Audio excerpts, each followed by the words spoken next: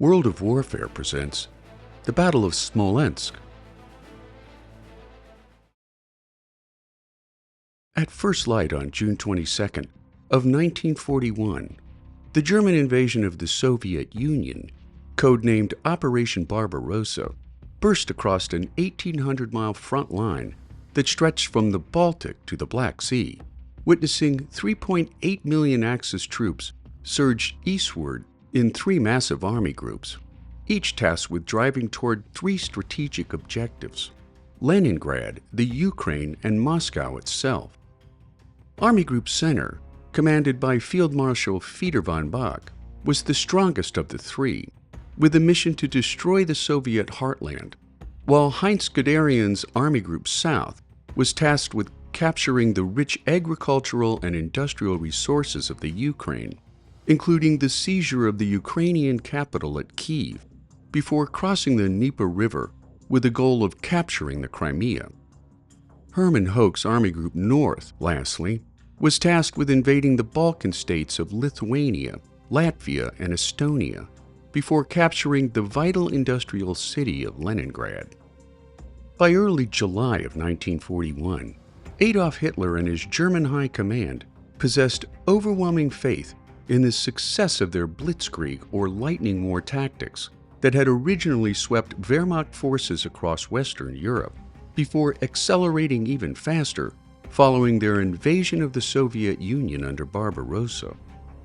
The Germans' uncanny success in the early months of the war left Hitler with little doubt that Soviet dictator Joseph Stalin and his Bolshevik communist regime, Hitler's number one ideological foe, would fall by autumn of 1941,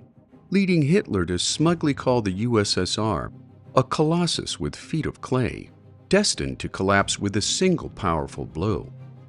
Before the start of the Nazis' assault on Smolensk, Wehrmacht forces had captured much of Russia at record pace, seizing all of western Belarus in 13 days, the Baltic states in 9, while occupying most of western Ukraine in 17 short days. As a result, by early July of 1941, the Wehrmacht had captured the first of Russia's strategic defensive lines some 370 miles into the Soviet Union, bolstering their confidence that they could continue their offensive without the worry of a powerful enemy counterattack, leading Hitler and his German High Command to begin planning for an upcoming autumn parade on Red Square, with German tank units participating in the parade column, thereby wiping Soviet-style Bolshevik communism from the face of the earth, only to be replaced by Hitler's Socialist Nazi Party doctrine. Instead, what happened next would take the German High Command completely by surprise. Unwilling to slow the pace of their advance across Russia, on July the 10th, German mobile units began their operation to encircle and destroy Soviet forces in and around the ancient city of Smolensk, leading General Franz Halder, chief of the Army General Staff and mastermind of Operation Barbarossa, to predict that Smolensk would fall within 3 days after operations commenced. Known as the gateway to Moscow, Smolensk was more than just a city, but a strategic hinge in Russian history, where for centuries foreign invaders such as Poles, Swedes, and Napoleon's Grand Army had first captured the city before opening the road for Moscow. In 1941, Smolensk was also a vital transportation hub, where converging rail lines fed directly into the Soviet interior. For the Germans, consequently, capturing Smolensk would give them momentum and a logistical advantage, while for the Soviets, holding Smolensk could buy them precious time as they attempted to rebuild their badly weakened Red Army. Instead,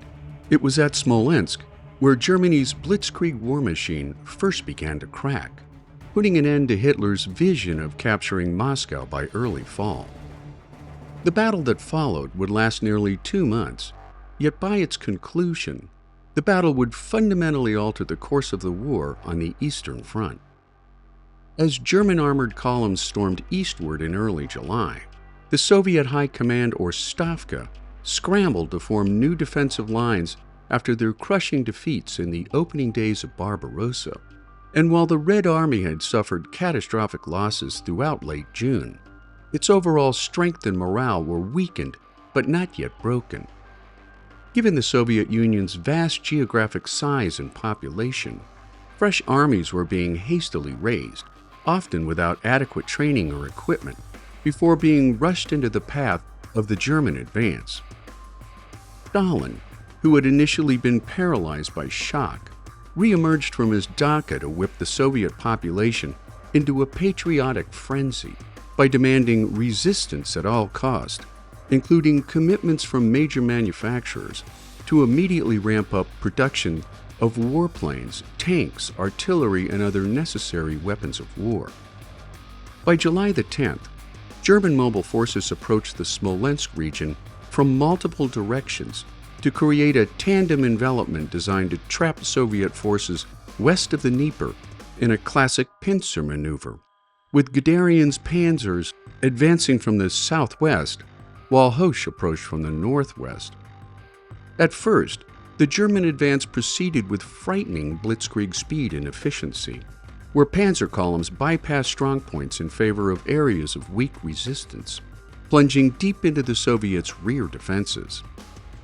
At the same time, the Luftwaffe dominated the skies due to the almost total destruction of Soviet fighters and bombers on the first few days of Operation Barbarossa, attacking bridges, air bases, supply dumps, and retreating Soviet columns. Unlike Minsk, however, Smolensk would not fall quietly despite the withering odds of Germany's seemingly unstoppable military power. In response to the German advance, Soviet Western Front commander Marshal Simeon Timoshenko deployed the 16th, 19th, and 20th Armies in and around Smolensk, and while the fresh recruits were poorly coordinated and inadequately equipped, the new conscripts were determined to fight for the future of the Soviet Union. Despite the Soviets' high morale, by mid-July, German armored panzers closed in west of Smolensk, encircling large Soviet formations despite the absence of most German infantry units, who lagged behind the fast-moving panzer columns by as much as a week.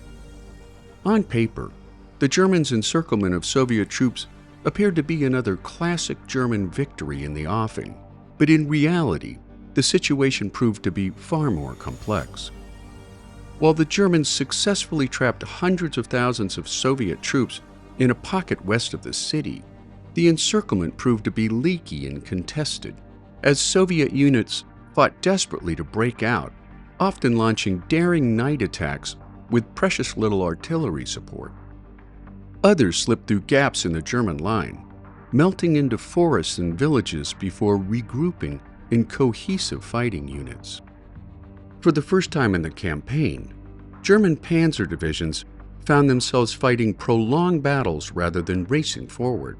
while inside Smolensk itself, house-to-house street combat erupted throughout the city, where Soviet defenders barricaded streets and fought from cellars and bombed-out buildings, while Red Army snipers slowed the now-present Wehrmacht infantry,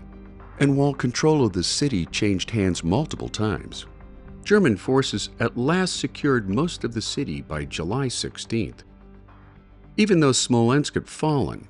persistent Soviet counterattacks continued to strike the flanks of German spearheads, particularly against exposed panzer units operating far ahead of their infantry support. German officers accustomed to swift victories found themselves mired in stubborn Soviet resistance around Smolensk, as Red Army commanders learned rapidly under the heat of battle, coordinating armor, artillery, and infantry with vastly improved choreographed efficiency. Between mid-July and early August, the Soviet High Command launched a string of fierce counteroffensives around Smolensk, throwing newly formed armies into the fight with minimal training, but a growing sense of patriotic determination. One such attack struck Guderian's panzer group near Yelnya after a salient or bulge jutted dangerously into Soviet lines. In one of the most intense and costly battles of Germany's offensive campaign in Russia, while Soviet troops suffered enormous casualties, they succeeded in forcing the Germans to abandon the salient in early September, which marked the first successful Soviet offensive operation of the war. As the Battle of Yelnya pressed on, elsewhere along the battlefront, Soviet forces repeatedly attacked German supply lines, bridges, and rearguard positions, while a marked increase in partisan activity severely compromised German resupply logistics, leading to a shortage of ammunition and fuel that began to plague panzer units that had outrun their supply columns, while completely negating the Germans' carefully planned timetable in their quest to capture Moscow by fall.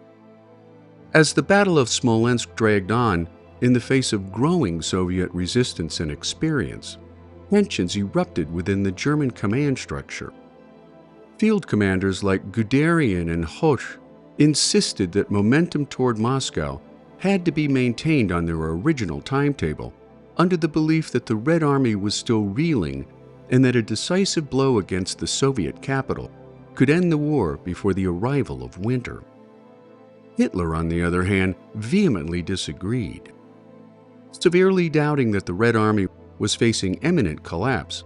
Hitler became increasingly concerned about securing the flanks of Army Group Center, as well as the need to capture economically valuable territories to the south and north. Hitler's caution only intensified the longer fighting went on at Smolensk, insisting that an immediate drive on Moscow should be tabled in favor of two diversions toward Leningrad and the Ukraine, a strategic disagreement which would soon bear enormous consequences in his overextended war on the Eastern Front. For the soldiers fighting around Smolensk, the battle proved to be a grinding ordeal for both sides of the conflict, forcing combatants to withstand heat, dust, swarms of insects, and constant combat conditions. For the Germans, tanks and equipment began to break down under the strain of long advances over poor roads. Soviet soldiers, in turn, endured even worse conditions when hundreds of thousands of fresh recruits went into battle with inadequate weapons and training, along with precious little air support. Entire divisions were destroyed or reduced to remnants, yet morale against all expectations never faltered or collapsed. Soviet propaganda portrayed Smolensk as a heroic stand against fascist aggression, spreading stories of sacrifice and resistance throughout the country, which instilled in the Soviet people a glimmer of possibility that the German advance could be slowed or even halted. By late August of 1941, the Battle of Smolensk had largely run its course, and while German forces controlled the city and much of the surrounding region, they had failed in their plans for a decisive victory and breakthrough. While Army Group Center suffered heavy losses in tanks and experienced personnel, they also lost valuable time that could not be replaced before the advent of Russia's harsh winter. And by contrast, the Red Army gained priceless experience that would ultimately propel them to victory after their close call with defeat. Red Army commanders learned how to conduct counteroffensives as well as how to withdraw under pressure, allowing them to fight the Nazis on a much more equal footing, while new defensive lines formed east of Smolensk would ultimately guarantee the safety of Moscow from her fascist invaders. When Hitler finally ordered his main armored force south toward Kiev and north toward Leningrad in the late summer of 1941, the delay would prove fatal for the Nazi cause. By the end of the Battle of Smolensk, the Germans had suffered more than 135,000 casualties, including 29,650 killed in action,